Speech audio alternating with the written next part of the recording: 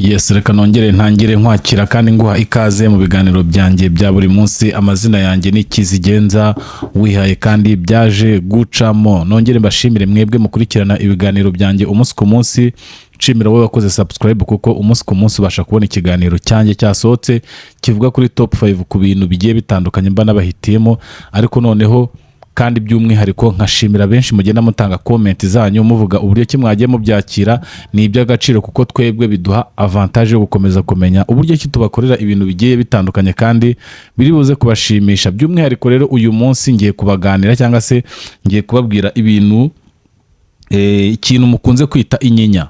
Hari ikimenyetso cyitwa inyinya, inyinya iba hagati y'amenyo abiri hano imbere.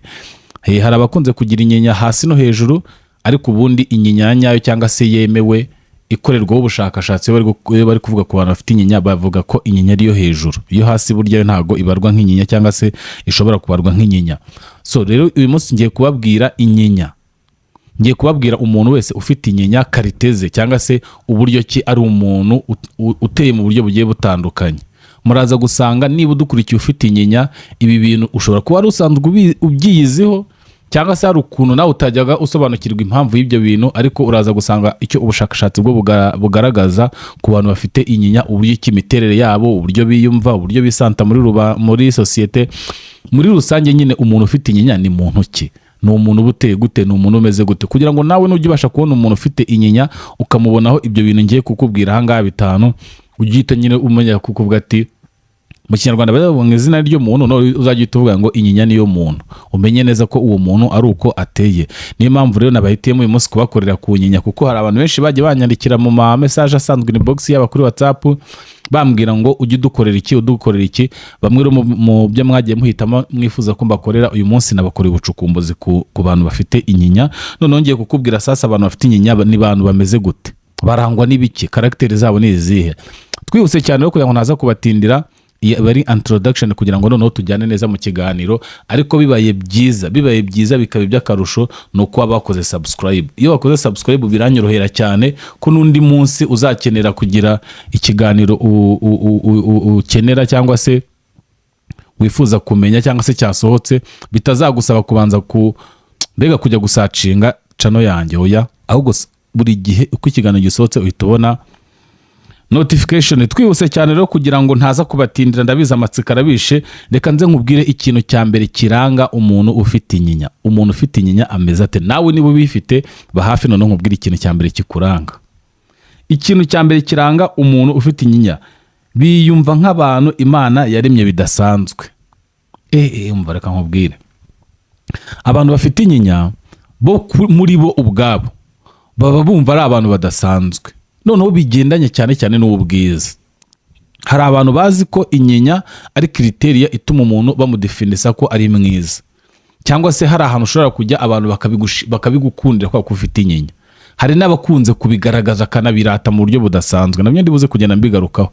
Ariko noneho bo ubwabo cyangwa se niba uyifite urabizi neza ko we ujya wiyumvamo nk'umuntu Imana yaremye mu buryo budasanzwe.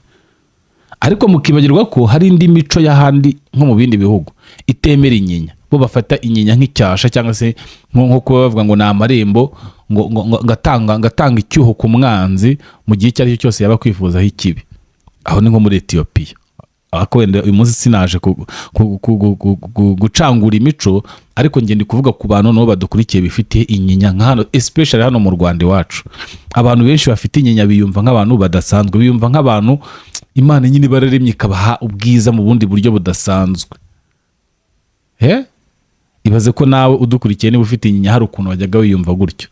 By the way, niba ariko nabajyaga wiyumva, mujye musiga comment uvuga ati wa mugari nanjye nuko kuntu najyaga nifata cyangwa se najyaga numva ndi umuntu udasanzwe. Ariko ntabwo ari bibi, ni byiza kuko byonyine ubundi tutanagendeye ku nyinya, ahantu hose uri cyangwa se ibintu byose ubamo, nujya ubasha gusobanukirwa ko uri umuntu udasanzwe, Imana izaguteza imbere. Ntuzigere n'umunsi n'umwe widefinisa nk'umuntu uciriritse kuri mugenzi wawe, kuko hari ukuntu hano twebwe isi ya hano hanze ikitudefinisa cyangwa ibyo dushaka kutugaragariza ngo ubwiza abantu barebesha inyuma hari ikintu bukonta. Oya, ibyo ni ukwibeshya.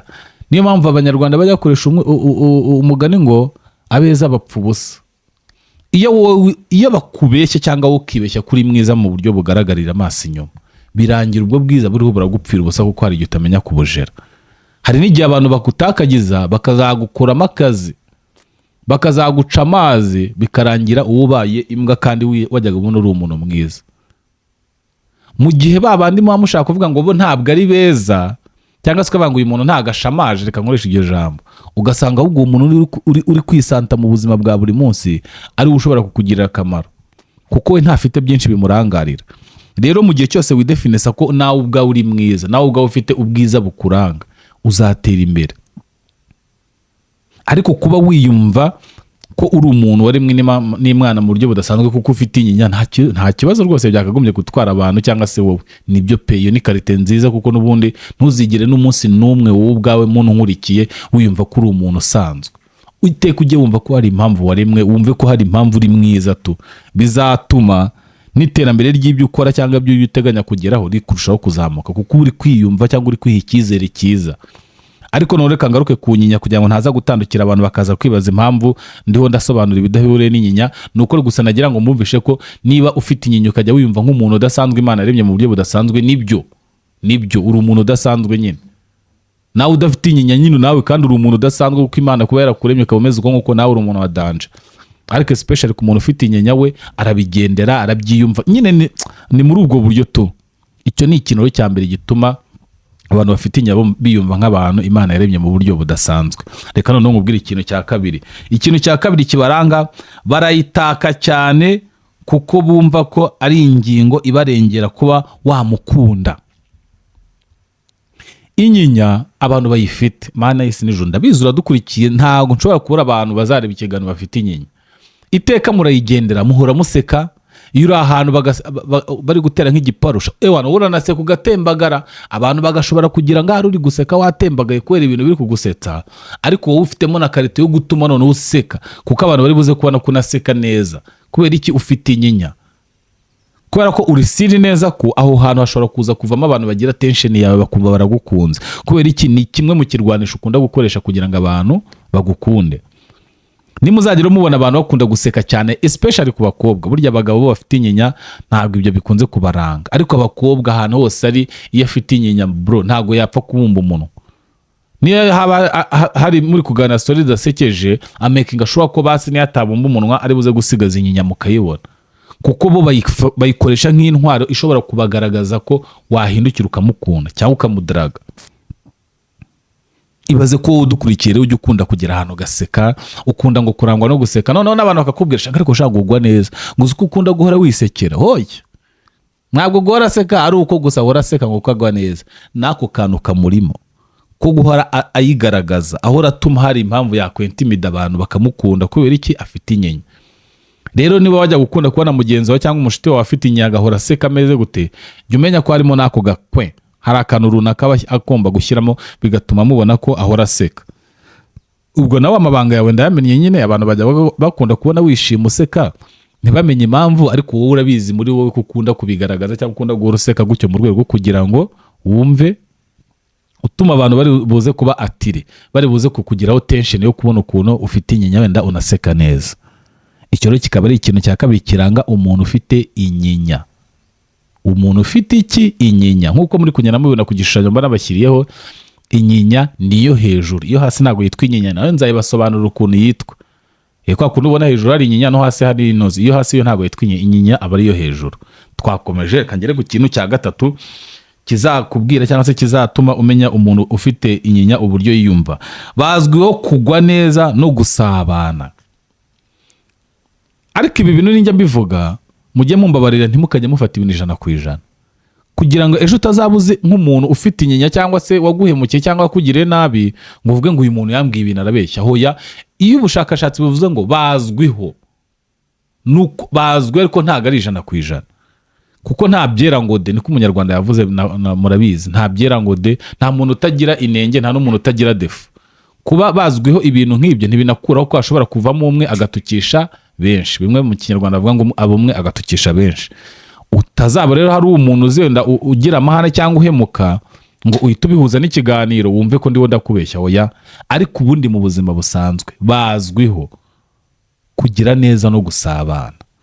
ni ba bantu busanga bisanta muri bose, biragoye kuzamubona ari izore cyangwa ari wenyine.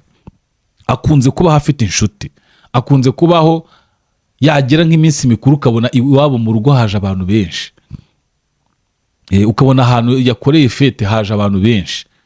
Mu gihe wowe mu buzima busanzwe niba udukurikira ukuntu ujya ugira na fete bikaba byamenywa n'abantu nka 3 cyangwa biwanyu, ariko undi we akora iminsi mikuru hakabima abantu bakuzura, sibyo? Ukabona ni wa muntu ukibaza uyu muntu ukagira inshuti nyinshi zidasanzwe.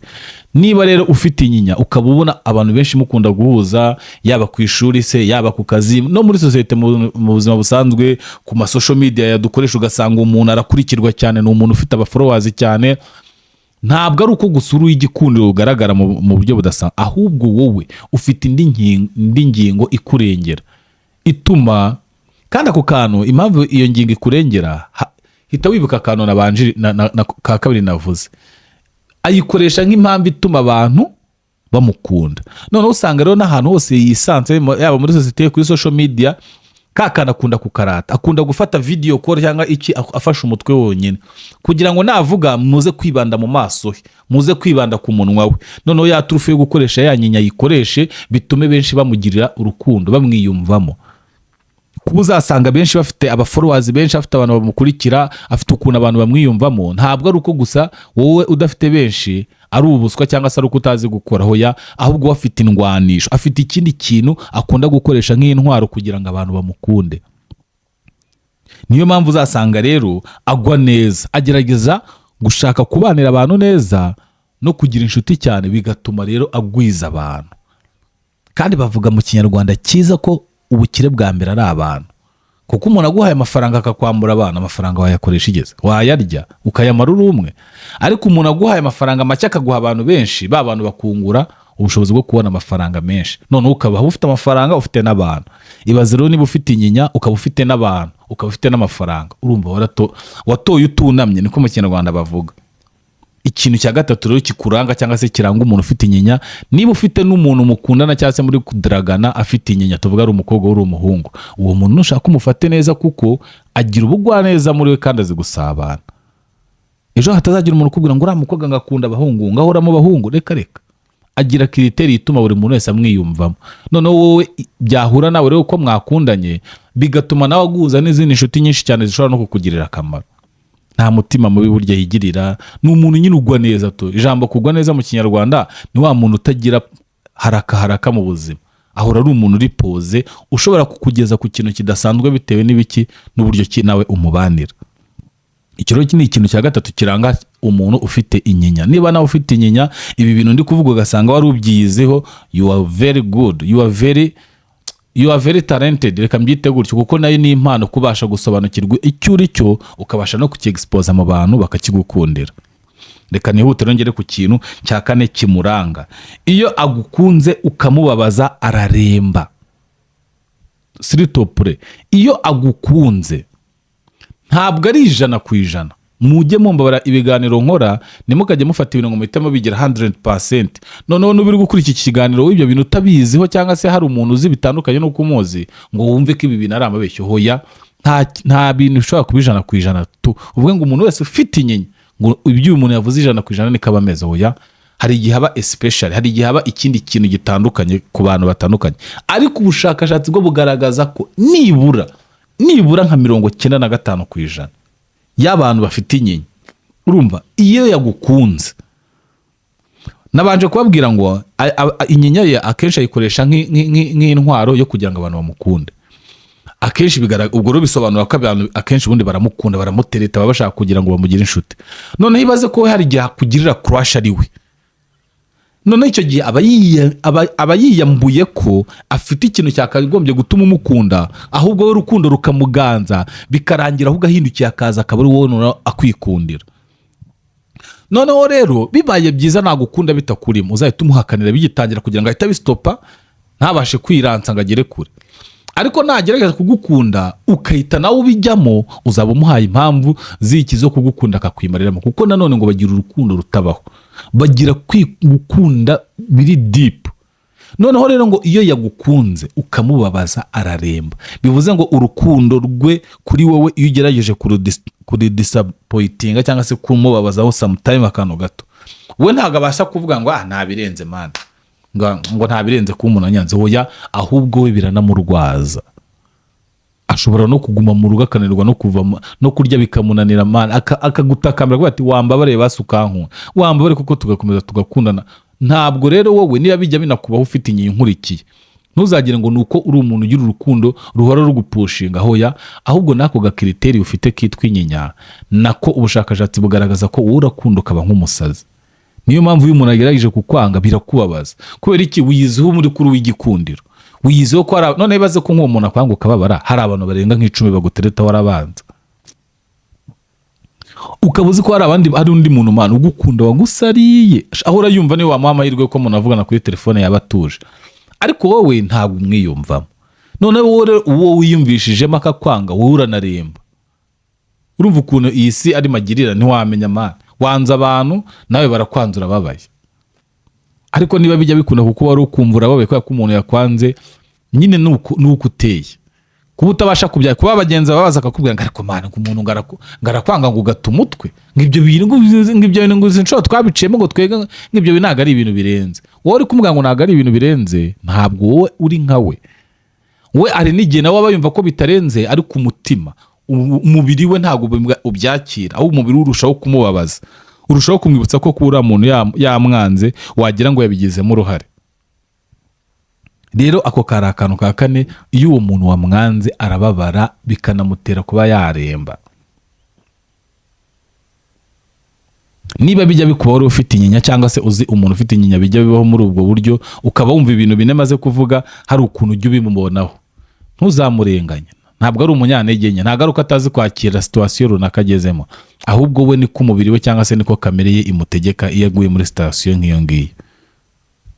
Reka noneho nsimbuke ngere ku kantu ka gatanu, ariko niba ukurikira ibiganiro byanjye utarakora subscribe, ubusa nk'uri kwigora, kuko hari n'igihe hazi ikindi kiganiro nawe kikureba 100% n'ibiki kitakureba ugasanga cyagiyeho utabizi. Ariko iyo wakoze subscribe bita bikorohera ko notification yije uhita ugifungura ukakibonera kugenda, ndetse ugahita unabasha gutanga comment bigendanye n'ubyo nakubwiye.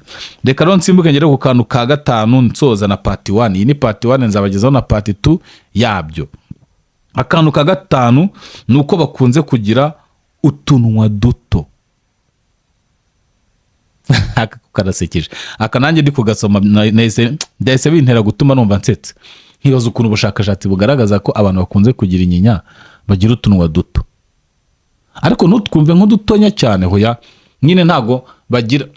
Hari ikinyarwanda abantu bajya koresha, reka mbivuga ariko ntibize kugaragara nkaho ari ukuwenda gusebanya. Ariko hari ukuntu abantu bajya bavuga ngo uriya muntu afite iminwa y'ibinwete. Sinzi niba wenda abantu benshi muzi ibinwete byari byo, ariko ibinwete ni babasantisha n'abantu bafite iminwa minini. Hari umuntu nyine ubona ko afite iminwa minini. Noneho ubushakashatsi bwo bugaragaza, ntabwo ari 100%. Niyo mpamvu bakoresha ijambo ngo bakunze. Ni bakunze. Hari n'abashobora kuba bafite inyinya bafite iminwa minini, ariko la majorite ya benshi muri bo, no kuvuga ngo abenshi kurusha abandi nabakunze kuba bafite iminwa mito. Noneho rero nawe yayanganya amaso, cyangwa se niba ko kudukurikiye ufite inyinya, wandike muri comment uvuga ati uzi ko nanya mfite utunwa dutoya, cyangwa se niba utanafite ariko uzi inshuti zawe zifite inyinya, hita usuzuma neza wibuke neza niba bafite iminwa minini. Nuzasanga rero benshi muri bugiye uzi bafite iminwa mitoya, ubwo uzasanga icyo ubushakashatsi bwabitangajeho bisa nkaho bihura nyine 100%, sibyo?